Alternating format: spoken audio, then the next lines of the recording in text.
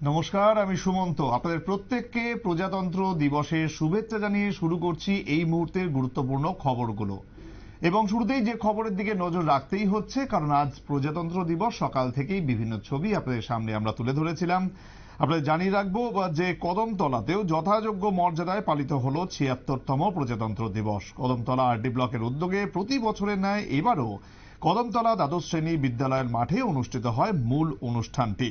রবিবার সকাল ৯টায় কদমতলা দ্বাদশ শ্রেণী বিদ্যালয়ের মাঠে জাতীয় পতাকা উত্তোলন করেন কদমতলা পঞ্চায়েত সমিতির চেয়ারম্যান মিহির রঞ্জন নাথ।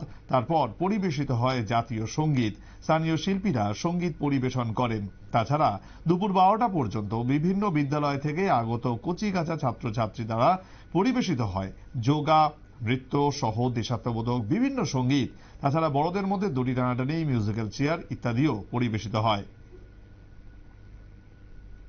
सुनहरा जिसका हर दिल में बसेरा, जिसका बदनाम है कभी ऐसा बददिल ये मेरा।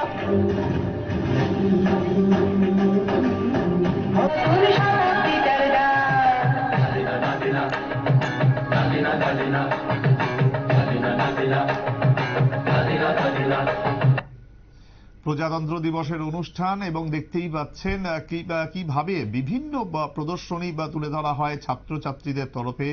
গান, নাচ, নাটক, আবৃত্তি বিভিন্ন পরিবেশনাই হয় কদমতলায় এই অনুষ্ঠানের মাধ্যমে।